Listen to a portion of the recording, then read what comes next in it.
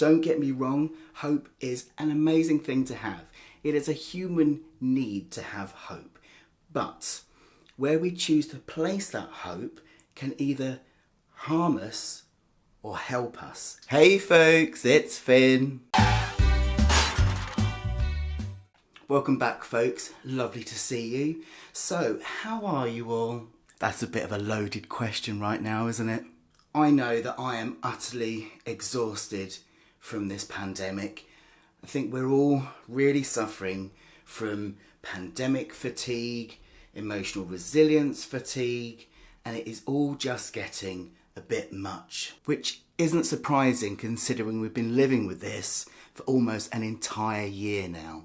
Lots of people that I've been speaking to are saying the exact same thing, that they're just exhausted with it all, that they feel like they've got nothing left to give. And I'm wondering if some of this is caused by us pinning our hopes on a distant future, on a future of a virus-free world. And I'm wondering whether using hope in that way on this distant event might actually not be helping us. And so because of that, I've started to look at a different way to reframe the situation to hopefully help me deal with things differently, to feel a little bit more resilient again, and perhaps sharing it will help you too. But before we get stuck in, a huge welcome to anybody who is new to my channel. Massive welcome to the Finn fam. My name is Finn, and here on this channel and on my accompanying blog, which you'll find in the description below, I create content on gender transition, on mental health and LGBT life. So if you haven't yet subscribed and you enjoy my content and you'd like to support the work that I do, please do go ahead and click that subscribe button that's underneath the video. It's just there. So at this stage of the pandemic, at being almost a year living with this now, I think most of us are quite well practiced at what we need to do to look after our mental well-being. Things like not watching too much news, only watching it for certain times of the day, going to reputable sources, not falling down conspiracy rabbit holes, looking after our mental health by developing routines if we're working from home, negotiating with people we live with so we can share space, getting used to socialising when we're allowed to in a different way. And we're all adapting to that and to the effects it has, and we're quite well practiced now over this year of managing those things. I certainly feel like I've been very well practiced. You know, I've got a really good mental health toolkit anyway. I put all that into practice and I was using all the right tools. But then suddenly, at the beginning of this year, it just feels like those tools are no longer working for me in the way they once did. And again, I'm speaking to other people who are saying similar things, that all of a sudden, they're just so super exhausted and that they're doing all the usual stuff that usually picks them up, but now it's just not cutting it. Now I think all of this really is down to being completely resilient, fatigued, emotionally fatigued, pandemic fatigued. We've been battling on for so long and just trying day after day to kind of survive this. We're all in a kind of collective grief process really, not just for people's lives that have sadly been genuinely lost, but also the simple everyday things that we once took for granted that we can now no longer do. The simple act of going to a coffee shop, of meeting up with a friend. Holidays are cancelled, festivals are cancelled. I said goodbye to another Glastonbury yesterday. And this is a huge amount of loss to process, so we are very much in that kind of grief stage of bargaining, of denial, of sadness, and all of those things. So it's no wonder we're all exhausted. Even practicing good mental health things is exhausting. Looking after your mental health day after day, especially at the moment when I know certainly I'm having this problem. Lots of negative thoughts will pop in and I have to really think and concentrate to kind of let them go and not let them spiral. And that takes its toll as well. So we've got like the grief and sadness for all the loss that the pandemic's giving us, all the worry the pandemic's giving us, all this extra exertion we're having to place just to look after ourselves. So yet again, as I say, it is no wonder we are thoroughly exhausted. What's keeping us all battling on is this shining beacon of hope in the form of the coronavirus vaccine. But I've been beginning to wonder, is this shining beacon of hope helping us or hindering us? I'm beginning to wonder if a lot of this pandemic fatigue that we're all feeling right now is actually more to do with the goalposts keep being moved. This whole pandemic to me feels like a pandemic triathlon where we're doing all of these things, we're running towards the finish line, and as soon as we get near the finish line, bingo, the goalposts are moved. I mean, if you think about it, we've had these beacons of hope since the very beginning. Here in the UK, it was the hope that in a few weeks the virus would be turned around. And then when it became clear that this was a very much long-winded thing, that hope disappeared. But then we were told if we went into lockdown, things would look brighter. We went into lockdown, it looked brighter for a while, but then cases spiked again. Once again, hope dashed. And then we were approaching Christmas and it had been really tough, another lockdown, and our hope was Christmas. We can see friends and family for a while, but again, Christmas was cancelled and hope was removed. The coronavirus vaccine is starting to be rolled out and again, hope rises. And then here we are in the beginning of a new year with lots of countries back in lockdown. Here in the UK, we are back in lockdown. And again, that hope seems to be removed. And this just keeps happening. We keep battling on towards this finish line, this massive finish line beacon of hope.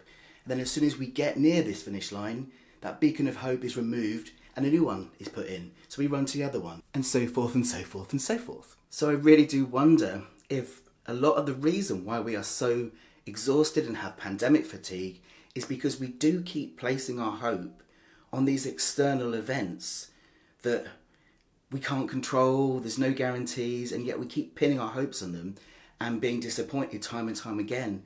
So yes, of course, we're running out of emotional resilience. The sad reality is that whilst of course the vaccine is incredible news and certainly something to have lots of hope about, the reality is it isn't going to make the coronavirus go away overnight.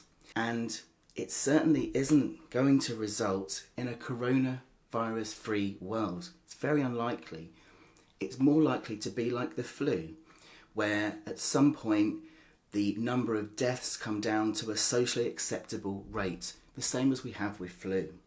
And it's going to take a while for us to get there. And it's likely, in the time it takes us to get to that point, we're going to have lots of restrictions, we're likely to have periodic lockdowns and spikes and issues. So we're going to be living with this for a period of time that none of us can even begin to guess at.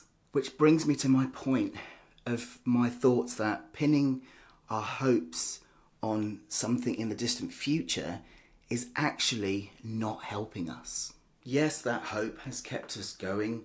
As human beings, hope always keeps us going.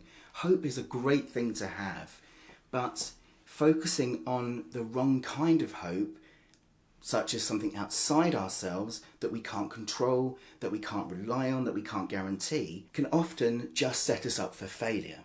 So I'm looking at a different way to frame hope that might feel more realistic, more attainable, and in turn help me to kind of rebuild some of the emotional resilience that I'm lacking right now. So how do we pin hope on now rather than future? I think that right now it's more important than ever to live in the moment. We should always live in the moment, but more than ever now, at this period of time, living in the present, in the moment, is really key and fundamental, because there is so much that we still do not know, that is so uncertain, even on a day-to-day basis with this virus. And so by living in the moment rather than the future, things can be more manageable.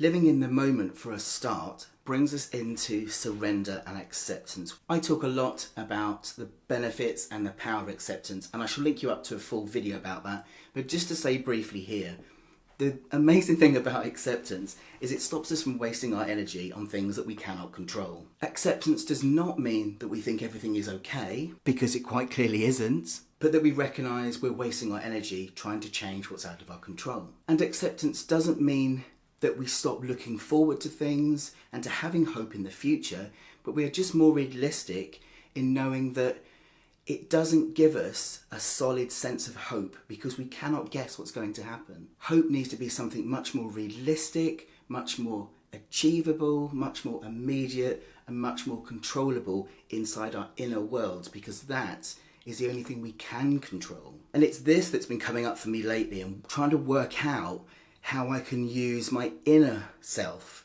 and how I can pin hope on something within me and in my immediate environment, so that in itself might help me to feel more energized and increase my resilience again, rather than keep pinning my hope on this distant future that I keep crawling towards and I'm just exhausted. Bring it back to the here and now. What can I focus on now inside me or in my immediate environment that can give me a sense of hope just on a day-to-day basis to keep me going? I'm pinning my hope in two main ways. In me, I've done some really deep New Year reflection, looking at the whole of 2020, really digging deep into how I coped, what came up for me, what I did, the resources I used, and I can really see how resilient I am, how resourceful I am, how adaptive I am, and that gives me a sense of hope, because no matter what happens, I have these strengths that are just getting stronger day to day. As this pandemic goes on and I'm learning more about how to respond and react, I can rely more and more on myself to adapt when these difficult changes happen and we have to do things differently all over again. That is my sense of hope in me. I'm pinning my hopes on me, that whatever happens, I have the resources available to me to get through whatever is thrown up. The other way I'm pinning hope in a day is by setting myself something nice each day to look forward to. Because all of this loss about I can't see friends, I can't go on holiday, I can't go to Glastonbury Festival, all of these things are so distressing, absolutely. And of course I want to look forward to a festival and I want to look forward to booking a Spanish holiday again, but I don't know when that's going to be. And that just makes me sad. Whereas I can say at 4 o'clock this afternoon, after I've done a couple of hours work, I'm going to have a bath. Or I'm going to slob out on the sofa with my partner, I'm going to cuddle, and we're going to watch a Netflix film. Put something in every single day that's something nice. It can be something tiny. It can be anything you want. Just so you know you have something every day to look forward to that is achievable, realistic, tangible, controllable in your day. At the moment, we can go out for a walk once a day. That's also on my one a day to look forward to. If it's raining, I always make sure I have a backup plan, because if I've looked forward to my walk and it's raining, then I've got something else instead. So this is what I mean about changing our hopes around. It doesn't mean that we stop having a huge amount of hope for the future, where this is much more under control, that we can go back about our daily lives, have that hope, but then bring it back into you. Yes, that's great to have in the future and it's going to be there, but right now, what can I do today? What is it about me that I'm good at, that I've got evidence of over the last year that I coped? Oh my goodness, I'm so grateful for these skills I have. That's my hope. And today I've got this planned, and that's something to look forward to, and that's giving me hope. Does that make sense? Practicing self-kindness is key. You know, the last thing I want to do when I share anything like this is give people another reason to beat themselves up. I don't always manage to accept things. Some days I'm just cross, and that's okay. This is such a difficult time. We keep hearing this statement, but it is so true. We are living in unprecedented times. I laugh, but it's really true. And I see a lot of people, and I do this as well, where we're kind of going, why am I so upset? You know, it's not that bad. Other people have got it far worse than I have. And that doesn't help us, you know? It's all relative. As the meme that keeps going around says, you know, we're all in the same storm, but we're not all in the same boat. But it does mean that we all go through our own level of pain in response to what's happening. So don't beat yourself up. Don't compare yourself to others. There's lots of people posting on social media at the moment with their perfect homeschooling, perfect home exercise and all of this. It can be so easy to look at these images on social media and think that everybody else has it together except us. But actually, I don't think that any of us have it together, at least not all of the time. We might have little bits on social media that look like it's great, but then as soon as that picture's taken, maybe they're slobbing out on their sofa again with a huge tub of ice cream. That might be just me. So practice self-kindness, don't compare yourself to others. Your pain is relative. It's understandable considering what we are going through. You are living in a global pandemic. Give yourself a break. I really hope that was helpful. If it made sense to you, please do let me know by dropping a comment below. Let me know how you're coping. What do you think about this idea of hope and pinning hope on the now? What sort of ways can you think of that be helpful to pin hope on the now rather than the future? I'd love to hear, so drop me a comment. Thank you so much for watching. Take care of yourselves and remember, it's progress, not perfection. See you next week, folks.